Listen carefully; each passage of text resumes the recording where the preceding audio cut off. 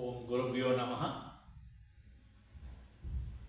దశమహావిద్యలలో అత్యంత శక్తివంతమైన మాత బగలాముఖి మాత. ఈరోజు ఈ శక్తివంతమైన మాత బగలాముఖి గురించి మనం తెలుసుకునే ప్రయత్నం చేద్దాం. మీకు ఎలాంటి కోర్టు సమస్యలు ఉన్నా, భూ తగాదాలు ఉన్నా, శత్రువుల భయం ఉన్నా, అపవాదాలు మీ మీద వస్తున్నా, రాజకీయ విఘ్నాలు మీకు లభిస్తున్నా, ఇబ్బందులు ఎదురవుతున్నా, ఇలాంటి వాటన్నిటికీ చక్కనైన మంత్రం బగలాముఖి స్తోత్రం. ఇది అత్యంత శక్తివంతమైన మంత్రం, అత్యంత రహస్యమైన మంత్రం, చాలామందికి తెలియని మంత్రం బగలాముఖి స్తోత్రం.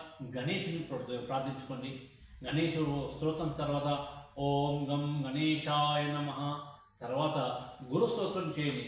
ఓం గుం గురుభ్యో నమః, శంకరాచార్య గురువే నమః, దత్తాత్రేయ గురువే నమః, దక్షిణామూర్తి గురువే నమః, శ్రీ గురువే నమః. ఇలా గురువుని స్మరించుకున్న తర్వాత మనం బగలాముఖి మాతను స్మరించుకుంటాం. సో ఇప్పుడు చూద్దాం, ఆ మంత్రాన్ని చూద్దాం.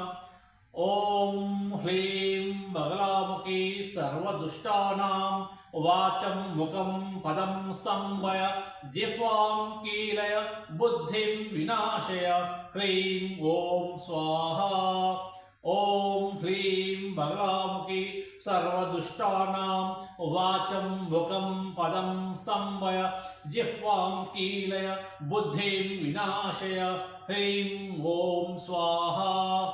ఓం హ్రీం బగలాముఖి సర్వదుష్టానాం వాచం ముఖం పదం స్తంభయ జిహ్వాం కీలయ బుద్ధిం వినాశయ హ్రీం ఓం స్వాహా. ఇలా మీరు ప్రతిరోజు కూడా కనీసం 108 సార్లు కానీ 108 యొక్క గుణిజాలతో కానీ మీరు చేసే ప్రయత్నం చేయండి.